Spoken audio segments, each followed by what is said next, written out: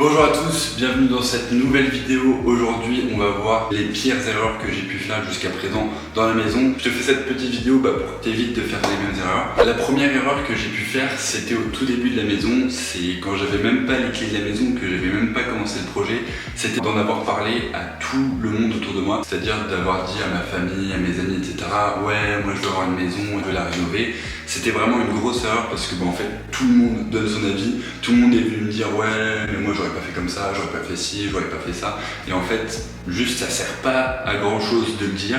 Je sais que c'est rassurant de vouloir le dire à tout prix, mais au final ça sert vraiment à rien. Je te conseille de le dire une fois que tu as commencé les travaux ou une fois que tu as acheté ta maison, plutôt que de le dire avant, sachant que tout le monde va vouloir te dire quelque chose lorsque tu vas l'acheter et que ça a vraiment aucun intérêt. La deuxième erreur que j'ai pu faire, c'était de penser que ce sera plus simple que prévu. C'est-à-dire que moi j'ai acheté cette maison, donc une vraie petite ruine, il y a vraiment tout à refaire, et je me suis dit mais t'inquiète même pas, en 6 mois c'est plié, je fais mes études en parallèle, ça va être super simple, franchement tranquille, tu vois, ça me fait pas peur, je vais y aller, en 6 mois ça va être fini. Tu l'auras compris, en 6 mois elle n'était pas du tout terminée, là ça fait quasiment 2 ans que je suis dedans, on commence à s'approcher de la fin mais on en est encore assez loin. Il faut vraiment avoir un plan réaliste sur tous les travaux qu'il y a à faire et ne pas surestimer tes compétences. Ça va prendre beaucoup plus de temps que prévu parce que tu auras toujours des imprévus, des trucs à faire en plus, d'autres choses à gérer que la maison, et c'est pour ça que c'est hyper important de ne pas surestimer tes compétences. Mais à l'inverse, il faut aussi ne pas tomber dans le piège de ça va me prendre vraiment 4 ans de ma vie alors que ça peut en prendre qu'un an. Dans ces cas-là, tu vas juste pas avancer dans la maison, tu vas pas avoir de motivation. Il faut avoir vraiment une deadline assez réaliste entre la réalité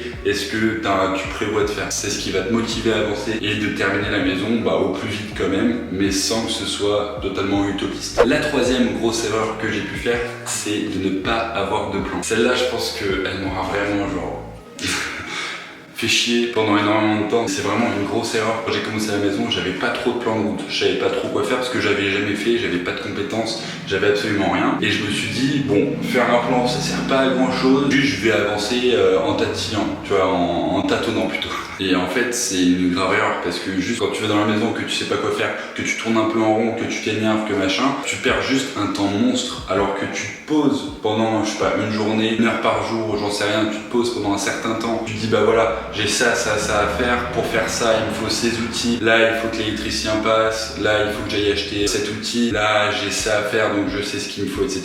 Tu vas gagner un temps monstre, tu vas gagner beaucoup plus de temps à avoir un plan de route plutôt que de ne pas en avoir, crois-moi.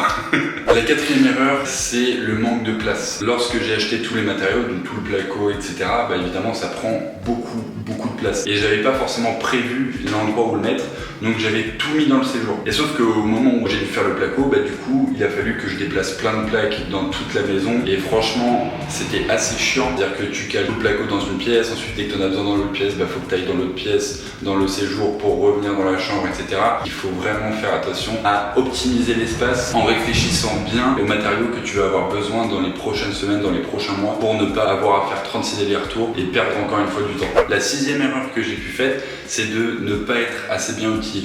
C'est extrêmement important d'être bien outillé. Tu t'en rends vraiment compte quand tu es sur le chantier en train de faire des choses, quand tu as, j'en sais rien, un marteau-piqueur qui marteau-pique rien du tout, quand tu as une visseuse qui enfonce pas une vis. Je te dis pas qu'il faut tout le temps prendre la gamme professionnelle d'un outil, etc. Mais je te dis juste qu'il faut que tu te concentres sur les outils dont tu vas avoir le plus besoin. Moi par exemple, c'est une visseuse, c'est un mètre laser donc qui permet de faire le placo, etc. Mais c'est aussi par exemple un burineur pour creuser des tranchées. Et donc sur ces outils, je me suis acheté des bons outils qui, je sais, vont tenir la route, vont faire le travail dont j'ai besoin. Il y en a, c'est des gammes professionnelles, il y en a d'autres, c'est des gammes lambda. Mais il faut vraiment des outils qui tiennent la route parce que quand tu es mal outillé, tu vas perdre du temps et de l'argent parce que ça va casser, etc. Alors qu'avec un bon outil que tu sais qui tient la route, et juste hop, tranquille le travail, boum boum boum, et tu te poses pas de questions en fait, t'avances. Et c'est pour ça que c'est hyper important d'être bien outillé. Après c'est forcément compliqué au début quand tu te lances dans une rénovation parce que moi au début j'avais absolument aucun outil et j'ai eu de la chance d'avoir mon père qui avait quand même pas mal d'outils et qui a pu me les prêter. Une autre erreur que j'ai pu faire, c'est de vouloir aller trop vite. Dans une rénovation de maison, quand tu as un projet comme ça, tu passes par plein de phases différentes. Il y a des phases où ça va super bien, tu avances extrêmement bien, il y a d'autres phases où vraiment tu n'as aucune motivation pour venir travailler, tu te sens pas bien, etc. Et il y a des phases où tu réfléchis, il y a d'autres phases où tu réfléchis pas. Le conseil que je peux te donner, c'est vraiment de toujours réfléchir, de prendre le temps de réfléchir avant de faire quelque chose. Et ça, c'est une erreur que j'ai pu faire en voulant aller trop vite par exemple, notamment lorsque j'ai coulé le béton d'une évacuation et que je me suis rendu compte que je n'avais pas fini les évacuations. Donc c'est-à-dire qu'au lieu d'attendre, de prendre le temps de réfléchir, j'ai directement fait le truc, alors que juste là ça me rajoute énormément de travail puisque je vais devoir redéconstruire le béton, refaire les évacuations pour recouler le béton. Vraiment parfois de réfléchir 10 minutes de plus sur un problème, ça peut te permettre de résoudre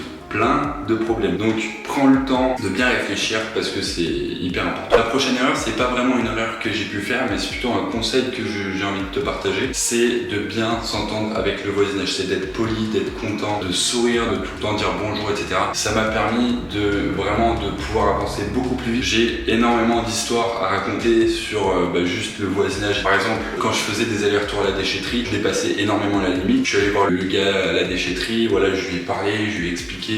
Je lui ai dit voilà, je rénove une maison, donc j'ai beaucoup de choses. Il a été du coup super sympa, à chaque fois je lui disais bonjour, etc. Il m'a même donné une pelle. Juste en étant gentil comme ça te permet de créer des liens. Du coup j'ai pu aller à la déchetterie autant de fois que je voulais, avec autant de matériaux que je voulais. Donc tu vois, pour remercier ce genre de personnes, hop, tu offres une petite bouteille de vin ou un petit truc comme ça fait toujours plaisir, c'est donnant. Ou pareil, par exemple, je suis allé me présenter à la mairie, je suis allé voir le maire, je lui ai expliqué, je lui dis tout le temps bonjour, je suis tout le temps souriant avec lui, je m'entends extrêmement bien avec lui parce que ça lui fait plaisir de voir un jeune rénover une maison, il trouve ça chouette comme projet, et juste en étant gentil, etc., tu vois, il m'a permis d'avancer beaucoup plus rapidement sur toutes les démarches à suivre, comme changer des fenêtres par exemple, parce que quand tu passes du bois au PVC, il faut faire des déclarations, etc. Mais si tu t'entends bien avec la mairie, tu peux nettement réduire le temps d'administration. Quand j'avais besoin que la ville me fasse une tranchée d'eau usée pour que je puisse me raccorder, la mairie l'a fait assez frais devant ma maison, ça a été fait en une semaine. Tout ça parce que juste je m'entends bien avec lui, que j'ai été gentil, souriant, etc. Encore un dernier exemple avec le ferrailleur. Quand j'ai posé un linteau sur une fenêtre, je suis allé voir le ferrailleur, je lui ai expliqué, voilà, moi concrètement, j'y connais rien, qu'est-ce qu'il me faut comme bout de fer pour faire un linteau. Donc il m'a expliqué, voilà, il faut un IPN, etc. Il m'a dit, mais là concrètement, ça va te coûter extrêmement cher si je te le fais sur mesure. En discutant un petit peu avec lui, je lui ai dit, est-ce qu'il n'y aurait pas moyen de trouver un arrangement, machin, en discutant, il m'a dit, écoute, va voir là-bas dans le dépôt. Donc il faut savoir qu'il y a un grand dépôt où tu as plein de ferraille entreposées, tu as des bidons, tu as des gros scies circulaires, tu as tout ce qui est ferraille qui est entreposé. Et il m'a dit, va voir là-dedans, si tu trouves un IPN, ça te reviendra beaucoup moins cher. Donc je suis allé voir là-bas, j'ai trouvé effectivement un IPN qui était parfait. Il est venu le chercher, il me l'a découpé sur mesure, et là il m'a regardé, il m'a fait, bon écoute, franchement, toi t'as un bon projet, t'es un bon gars et tout, t'es gentil, la plupart des gens ne me disent même pas bonjour, donc écoute, là pour ce linteau sur mesure, etc., il me regarde, tu vois, il me fait, ça fera 20 €. Franchement, c'est hyper cool parce qu'un linteau comme ça, je sais que ça coûte beaucoup plus cher. Et juste en fait, en étant gentil, les gens sont gentils avec toi. C'est extrêmement important de bien s'entendre avec le voisinage, ça te permet en fait d'aller beaucoup plus vite. Une dernière petite erreur que j'ai pu faire, c'est sur le budget. C'est extrêmement important de bien budgétiser tout le projet pour voir s'il est viable. Pour bien que tu comprennes, une maison, il faut le voir comme de l'argent que tu mets dedans et de l'argent que tu vas en ressortir. L'achat de la maison, c'est ce qui est le plus simple. De trouver une maison qui est pas très chère avec des travaux, c'est pas très compliqué. Après, il faut bien calculer la part des travaux qu'il y a dedans et le temps que tu vas passer dedans. Et aussi, combien la maison va pouvoir se revendre après. Donc, quand tu fais tous ces calculs-là, tu vas te rendre compte si un projet est rentable ou pas, si un projet est viable ou pas. Et l'erreur que j'ai pu faire, c'est non pas sur la rentabilité de ce bien-là, parce que quand je le vendrai, je sais que je pourrais faire une plus-value dessus. Avec la crise du Covid, la guerre en Ukraine qui est tombée un peu comme ça, les prix des matériaux ont énormément augmenté. Ce qui fait qu'il va me manquer un peu d'argent pour terminer la maison, alors que voilà, j'avais prévu un budget mais vraiment très serré. Il aurait fallu que je prévoie un petit peu plus, mais en même temps, je ne pouvais pas emprunter plus étant donné que j'étais étudiant, donc il a fallu faire des compromis. Et c'est pour ça que je peux encore te donner comme conseil de toujours prévoir un petit peu plus dans ton budget travaux, parce que tu auras toujours des choses auxquelles tu n'auras pas pensé ou des imprévus. Tu vois, par exemple, on a coulé une dalle dans cette partie-là. Cette dalle n'était pas du tout prévue au programme initial et pourtant ça m'a coûté quand même 1000 €. Toutes ces choses-là font que ça coûtera forcément plus cher que ton budget initial et c'est pour ça qu'il faut prévoir toujours un petit peu plus de budget que prévu. Si je peux te donner un conseil, c'est évidemment de te lancer si tu as envie de te lancer, parce que c'est quand même une aventure trop chouette de rénover une maison. Merci beaucoup d'avoir regardé cette vidéo. Salut!